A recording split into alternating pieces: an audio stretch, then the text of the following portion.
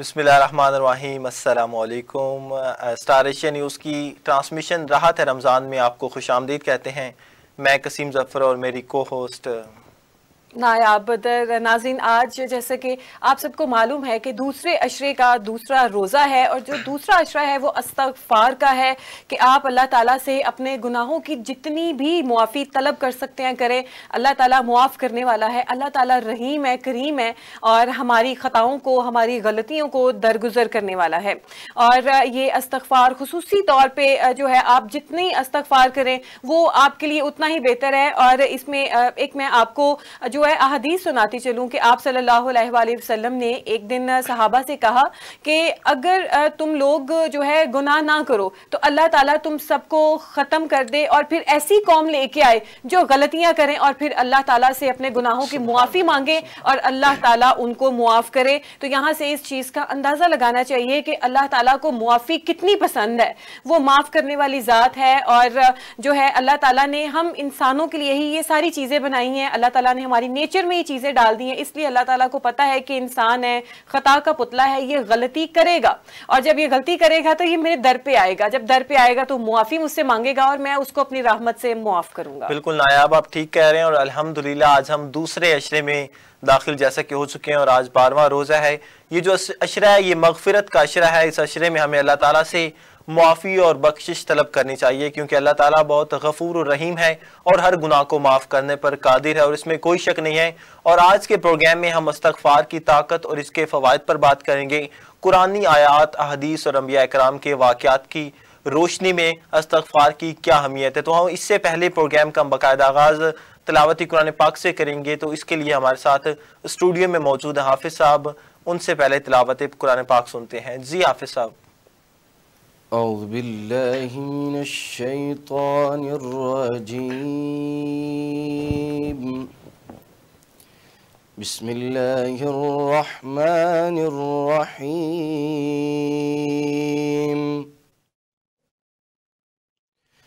ألم نجعل له عينين ولسانا وشفتين وهديناه النجدين فلاقتحم العقبة وما أدراك ما العقبة سبحان الله سبحان الله فك رقبة أو إطعام في يوم ذي مسغبة يتيما ذا مقربة أو مسكينا ذا متربة ثم كان من الذين آمنوا وتواصوا بالصبر وتواصوا بالمرحمة صدق الله العظيم. सुभान अल्लाह, माशाअल्लाह। तिलावत कुरान मजीद की आवाज़ जब कानों में जाती है तो मैं हमेशा यही कहती हूँ कि रूह जो है वो ताज़ा हो जाती है। जी, तो तिलावत कुरान मजीद के बाद हम आप लोगों की खिदमत में जो है वो नात पेश करते हैं, ताकि आप लोग नात से आप सल्लल्लाहु अलैहि वसल्लम की जो है तारीफ़ से महज़ूज़ हो सकें। तो हमारे साथ स्टूडियो में शबनम मौजूद है, जिसकी आवाज़ उसके नाम की तरह शबनम की तरह है। जी शबनम। सल्लल्लाहु अलैहि या रसूल अल्लाह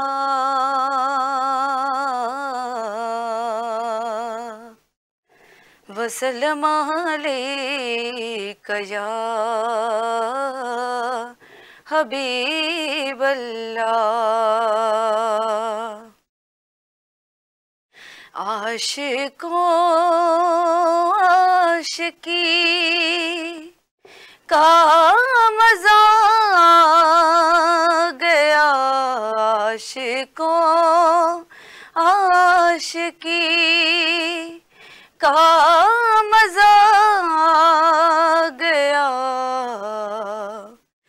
मुस्तफा से लगी का मजा आ गया, आशिकों आशिकी का मजा आ गया,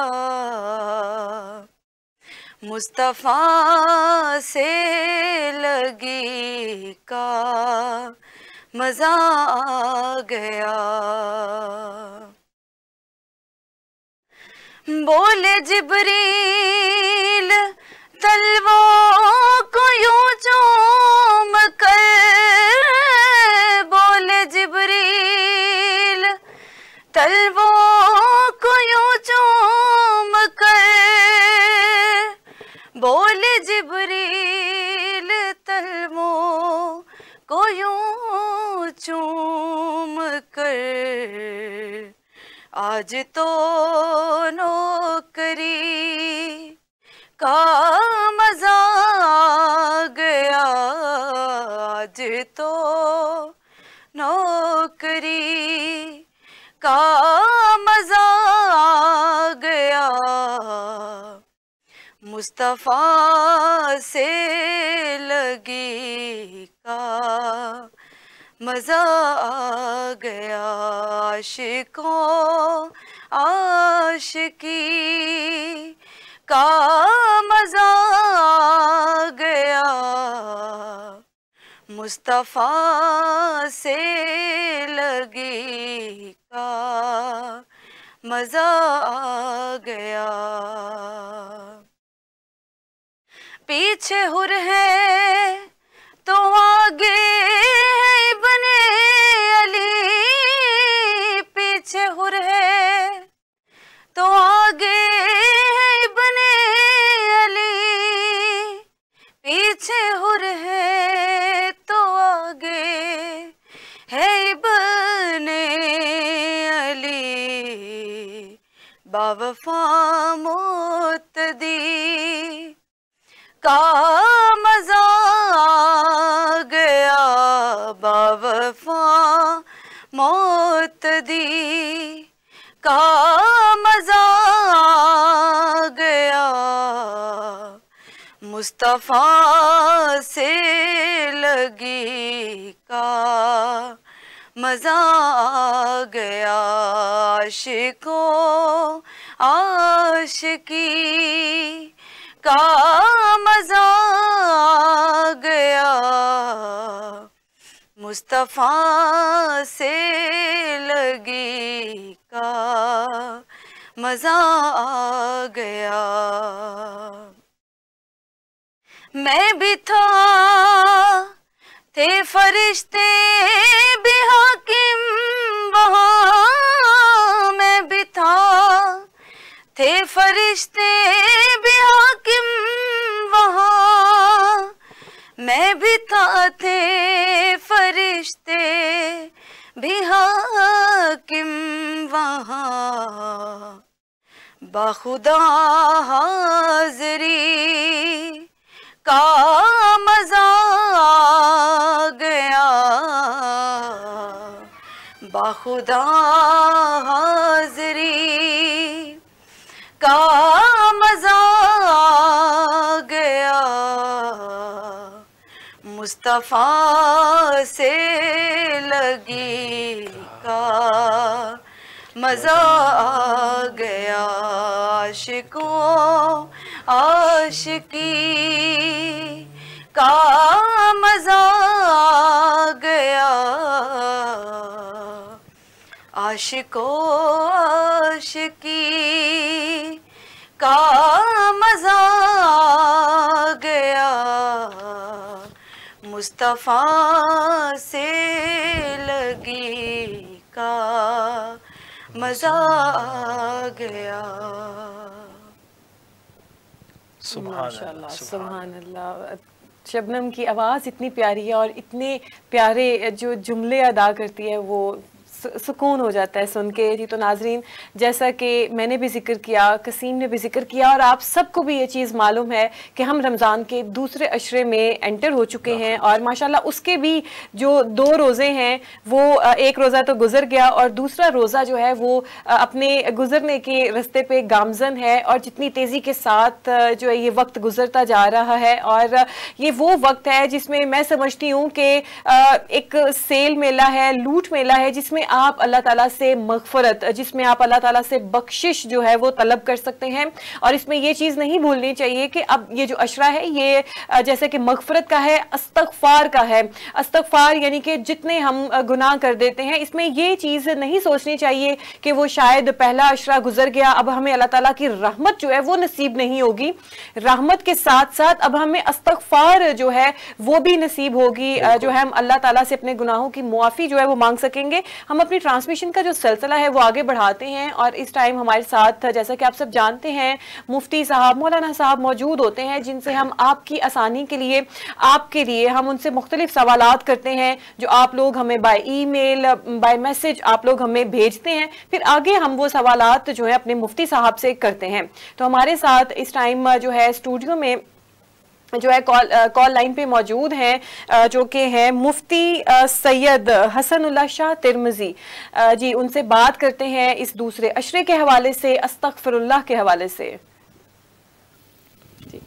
अस्सलाम वालेकुम मौलाना साहब, आपको आवाज आ रही है जी? वालेकुम अस्सलाम मौलाना साहब। खुशामदीद मौलाना साहब जी। मौलाना साहब, सबसे पहले आप ये बताइए कि दूसरा अशरा जो है वो शुरू हो चुका है, अस्तगफार का ये अशरा है, कुरान और हदीस की रोशनी में इस अशरे की क्या अहमियत है? माशाअल्लाह, अल्लाह तबारक व तआला तमाम अहबाब को खुश और खुर्म रखे। अल्लाह के नबी रहमत कायनात सल्लल्लाहु तआला अलैहि वसल्लम का ये फरमान है रमजान मुबारक के दूसरे अशरे के हवाले से, औसतुहु मगफिरतुन, कि दूसरा अशरा ये मगफिरत का अशरा है। मगफिरत का मतलब वैसे बख्शिश है, अस्तगफार है, तौबा है जी। और जाहिर है कि पहला अशरा तो जिस तरह गुजर चुका है, रहमतों वाला, रहमत हो तो उसके बाद फिर बंदे को मगफिरत की तलब होती है, बख्शिश की तलब होती है जी। तो इस्तगफार या अस्तगफार एक ऐसा अमल है जिस पर वादे खुदाबंदी है कि उम्मत अजाब से महफूज रहेगी जी।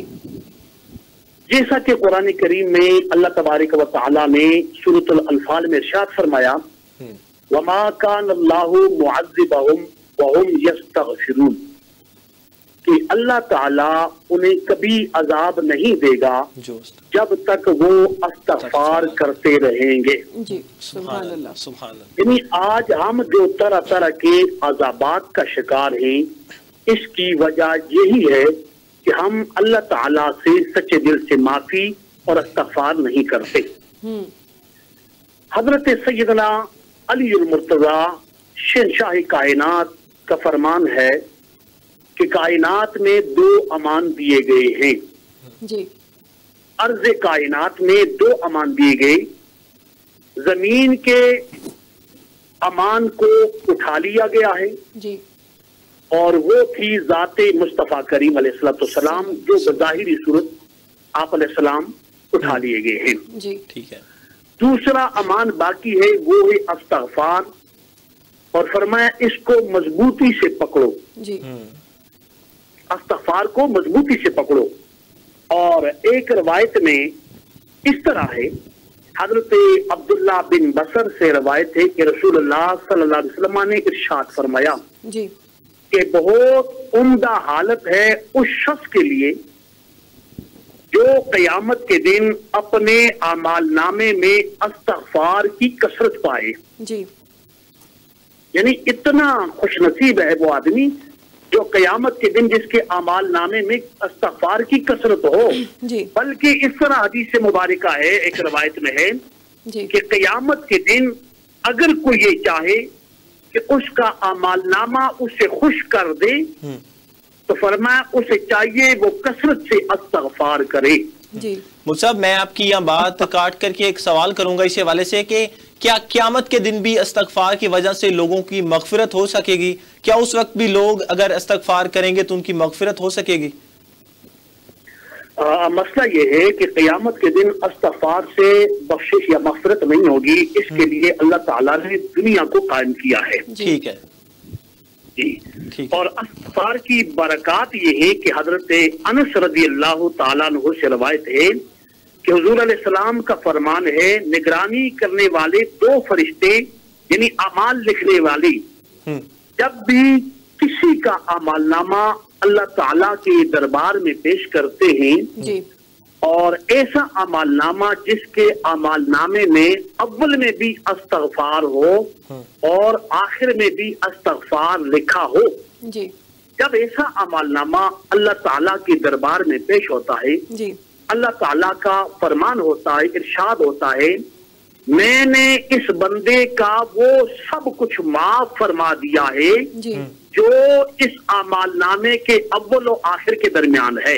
جی، یعنی استغفار کی اتنی بڑی برکات، اور بلکہ اس طرح سمجھیے استغفار ایک ایسا وظیفہ ہے جو اللہ تعالیٰ کے قہر اور غضب کو ٹھنڈا کرتا ہے۔ جی، ٹھیک ہے، جس طرح کے ایک مشہور و معروف روایات ہیں، حضرت سیدنا یونس علیہ السلام کی قوم پر عذاب آ رہا تھا، یونس علیہ السلام نے انہیں یہ بتایا کہ تم پر عذاب آنے والا ہے، جی، تو وہ لوگوں نے مشورہ کیا کہ دیکھتے ہیں رات کو اگر یونس علیہ السلام یہاں ہوں گے تو پھر ہم پہچان لیں گے عذاب نہیں ہے، اگر یہاں سے نکل گئے تو سمجھ لیں گے عذاب ہے۔ انہوں نے دیکھا یونس علیہ السلام نہیں تھے، ان لوگوں نے یہ عمل کیا جس پر قرآن گواہ ہے، انہوں نے ایسا عمل کیا، وہ عمل یہ تھا کہ سب لوگ اپنے مال مویشی کو لے کر ایک میدان میں نکلے، وہاں انہوں نے کثرت سے استغفار، توبہ اور اللہ کے حضور گر گڑا کر رو رو کر معافیاں مانگی، تو اللہ تعالیٰ نے ان پر وہ آنے والا مسلط ہونے والا عذاب استغفار کی برکت سے ٹال دیا۔ سبحان اللہ۔ اور استغفار کے معنی یعنی رجوع کے بھی ہیں اور معافی کے بھی ہیں، توبہ کے بھی معنی ہیں استغفار کے۔ جی، اور استغفار یعنی بندہ اپنے گناہوں سے باز آئے جی، اور اپنے کیے ہوئے پر نادم اور پشیمان ہو جائے، جی، اور اپنے گناہوں سے توبہ ایسے کرے اس نیت سے کہ پکی اور سچی توبہ اور عزم اور ارادہ اس کا پکا ہو کہ میں دوبارہ اس عمل کی طرف نہیں جاؤں گا، ایسے کام کی طرف نہیں جاؤں گا جو مجھ سے یہ پہلے سرزد ہو چکا ہے یا مجھ سے یہ عمل ہو چکا ہے۔ جی مفتی صاحب، میں یہاں آپ سے یہ پوچھنا چاہوں گی کہ بعض اوقات ایسا ہوتا ہے کہ کوئی انسان جیسے خطا کا پتلا ہے، اسے غلطی ہو جاتی ہے اور وہ اپنے اللہ تعالیٰ سے معافی طلب کرتا ہے، اللہ تعالیٰ اسے معاف کر دیتے ہیں، وہ پھر غلطی کرتا ہے، پھر معافی مانگتا ہے، پھر غلطی کرتا ہے، پھر معافی مانگتا ہے، تو اس صورتحال میں کیا اس کی معافی جو ہے وہ اس کو ملتی چلی جائے گی؟ کیا اس کی جو استغفار جو وہ کرتا ہے کیا وہ قبول ہوگی؟ دیکھو کہ ایک مسئلہ یہ ہے کہ ایک آدمی جی اگر اس نیت پر استغفار کرتا ہے کہ میں دوبارہ اس عمل کروں گا، سمجھے نا، یعنی دوبارہ اس عمل سے استغفار کرتا ہے کہ ابھی میں نے توبہ کر لی اور بعد میں پھر کروں گا، تو ایسے آدمی کی یہ استغفار بالکل قبول نہیں ہے اور نہ اس کو اس کا استغفار پہ کوئی اجر یا ثواب ملے گا، بلکہ یہ تو الٹا وہ اپنے کیے اوپر نادم نہیں بلکہ اپنے کیے اوپر وہ فخر کر رہا ہے کہ میں دوبارہ توبہ کر لوں گا۔ ایک صورتحال یہ ہے، اور دوسرا یہ ہے کہ ایک بندہ ہے کہ اس نے استغفار کی اور سچے دل سے توبہ کی، اس کے باوجود بھی تو وہ انسان ہے، دوبارہ اس سے وہ گناہ وہ عمل سرزد ہوا، لیکن وہ اس کا ارادہ یا نیت نہیں تھی، پھسلایا گیا، ورغلایا گیا، تو اس صورت میں اللہ تعالیٰ کی رحمت جو ہے وہ اللہ کے غضب پر حاوی ہے اور اللہ معاف فرمانے والا ہے۔ اچھا مفتی صاحب، مجھے یہ بتائیے گا کہ ہم اکثر دیکھتے ہیں کہ ایک شخص ہے وہ گناہگار تھا اور وہ اس دنیا سے چلا گیا ہے، بعض اوقات ہم دیکھتے ہیں کہ جو شخص چلا جاتا ہے اس کے پیچھے سے گھر والے، اس کے عزیز و اقارب اس کے لیے فاتحہ خوانی یا قرآن پاک کی تلاوت کروا رہے ہوتے ہیں، وہ اس کا ثواب اس کو جاتا ہے، تو یہ جو استغفار بھی اگر ہم کسی شخص کے لیے کروائیں جو اس دنیا میں نہ ہو، کیا استغفار کا بھی جو ثواب ہے یا اس کا جو فائدہ ہے وہ اس مرے ہوئے اس میت کو ہوگا؟ جی اس حوالے سے تو اس طرح ہے، حضرت امام جلال الدین سیوطی رحمۃ اللہ تعالی علیہ نے اپنی مشہور زمانہ تصنیف دل لطیف جو ہے اس کے اندر شرح صدور جس کا نام ہے، اس میں انہوں نے ایک لمبا واقعہ تحریر کیا ہے۔ اس طرح ہے کہ ایک شخص فوت ہوا، دنیا سے چلا گیا، اعمال اس کے درست نہیں تھے، تو وہ شخص اس کے اعمال اچھے نہیں، بروز محشر وہ شخص جب اللہ کے دربار میں حاضر ہوگا تو اس کے پاس نیکیاں ہوں گی، الفاظ اس طرح لکھے کامثال الجبال، یعنی پہاڑوں جیسی نیکیاں اس کی نظر آئیں گی۔ تو وہ اللہ کے دربار میں کہے گا یا اللہ میں نے تو ایسا عمل نہیں کیا تھا، یہ مجھے نیکیاں کہاں سے ملی، یا یہ نیکیاں اتنی میرے لیے کہاں سے آ گئیں؟ تو الفاظ ہیں حدیث کے استغفار ولد کا او ابن کا، یہ تیرے لیے تیرے بیٹے نے یا تیرے اولاد نے استغفار کی ہے، یہ اس کا صلہ تمہیں مل رہا ہے۔ تو بالکل استغفار پڑھ کر ایصال ثواب کرنا اور اس کو ثواب اپنے مرحومین کے لیے ایصال ثواب کرنا، ہبہ کرنا، ان کو اس کا ثواب ضرور ملتا ہے۔ اور یہ نہیں ہے کہ صرف وہ مرنے والے کو ثواب ملتا ہے، جس نے پڑھا ہے اس کو نہیں، ایسا نہیں ہے، جس نے جو پڑھا ہے اس کو بھی ثواب ملتا ہے، اور اتنا ہی ثواب اللہ تعالیٰ ان کو بھی عطا کر دیتا ہے جن کو وہ ایصال ثواب کرتا ہے۔ جی بہت شکریہ مفتی صاحب، آپ نے ہمیں اپنا قیمتی وقت دیا اور بہت پیاری باتیں آپ نے کہیں، آپ نے استغفار کے اوپر اچھے سے روشنی ڈالی، اور ہم نے بھی سوالات کیے، کچھ سوالات وہ ہیں جو آپ ہمیں بھیجتے ہیں کہ ہم یہ مفتی صاحب سے، مولانا صاحب سے پوچھیں تاکہ آپ کے لیے ہمارے لیے آسانی ہو سکے۔ اور مفتی صاحب نے یہ کہا کیونکہ جیسے ہم لوگ انسان ہیں، خطاؤں کے پتلے ہیں، ہم سے غلطیاں سرزد ہو جاتی ہیں، لیکن کچھ دانستہ طور پہ غلطی جو ہے وہ نہیں ہو جاتی ہے، آپ جان بوجھ کر نہیں کرتے ہو، تو اس میں بھی مفتی صاحب نے کہا کہ ایک بندہ اگر اس نے توبہ کر لیا، استغفار کر لی ہے، تو وہ پھر بھی اس سے کوئی گناہ ہو جاتا ہے، تو اللہ تعالیٰ چونکہ دلوں کے راز اللہ تعالیٰ کے علاوہ اور کوئی نہیں جانتا، اس لیے اللہ تعالیٰ کو یہ معلوم ہے کہ اس بندے نے جان بوجھ کے ایسا نہیں کیا، اس سے دانستہ طور پہ یہ چیز ہو گئی ہے، تو اللہ تعالیٰ معاف کر دیتے ہیں۔ اور میں یہ سمجھتی ہوں قسیم کہ ہمیں جو ہے نا ہمیشہ استغفار کا جو ورد ہے اس کو اپنی روزمرہ کی زندگی میں اس طریقے سے ایڈجسٹ کر لینا چاہیے، اپنا لینا چاہیے کہ ہمیں اٹھتے بیٹھتے سوتے جاگتے ہمارے منہ سے استغفار نکلے، جو ہے ایسے چھوٹے چھوٹے قرآنی لفظ نکلیں، الفاظ نکلیں، جو کہ ایک تو جو ہے جس سے نیکیاں آئیں، اور دوسرا ہمارے جو گناہ ہیں وہ ہم کر رہے ہوتے ہیں وہ ساتھ ساتھ دھلتے چلے جائیں، اور ہمارا جو نامہ اعمال ہے وہ صاف ستھرا اللہ کے حضور جائے۔ جی بالکل نایاب، آپ ٹھیک کہہ رہی ہیں۔ استغفار کی اہمیت قرآن مجید میں اللہ تعالیٰ نے بے شمار جگہ پر استغفار کرنے کا حکم دیا ہے اور اس کے فوائد بھی بتائے ہیں۔ تو سورۃ نوح میں اللہ تعالیٰ فرماتے ہیں، اس کا ترجمہ ذرا میں کر کے بتاتا چلوں کہ پس میں نے کہا اپنے رب سے بخشش مانگو اور وہ بڑا بخشنے والا ہے، وہ تم پر آسمان سے خوب بارش برسائے گا، تمہیں مال اور اولاد سے نوازے گا، تمہارے لیے باغات اگائے گا اور تمہارے لیے نہریں بہا دے گا۔ تو یہ قرآن مجید میں استغفار کرنے کے فائدے ہیں۔ یہ آیت ہمیں یہ سکھاتی ہے کہ استغفار کرنے سے رحمت کے دروازے کھول دیے جاتے ہیں، روزی میں برکت ہوتی ہے، مشکلات آسان ہو جاتی ہیں، اور اللہ کی طرف سے انعامات میں جو ہے وہ اضافہ ہو جاتا ہے۔ بالکل نایاب۔ اور اسی طرح سے احادیث کی اگر روشنی میں ہم استغفار کو دیکھیں تو ہمارے پیارے نبی حضرت محمد صلی اللہ علیہ وسلم نے ہمیشہ استغفار کی تلقین فرمائی، اور وہ خود بھی دن میں 100 مرتبہ 100 سے مرتبہ سے زیادہ استغفار کیا کرتے تھے۔